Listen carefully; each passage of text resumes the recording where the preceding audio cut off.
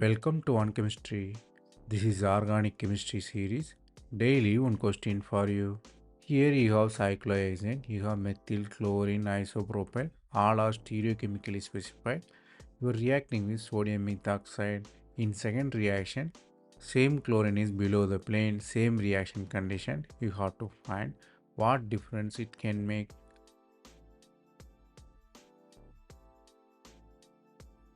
Both reaction only differ with chlorine, so we have to analyze what difference it can make. Here you are using the base promote the elimination. Here strong base E2 is possible. E2 elimination require anti-periplanar position.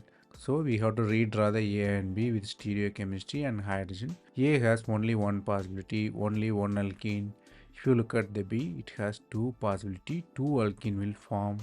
But according to thermodynamic stability, major substituted product is stable.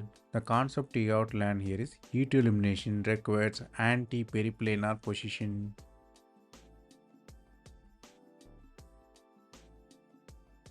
That's all from this video. Thanks for watching. If you have any suggestion or feedback, comment below.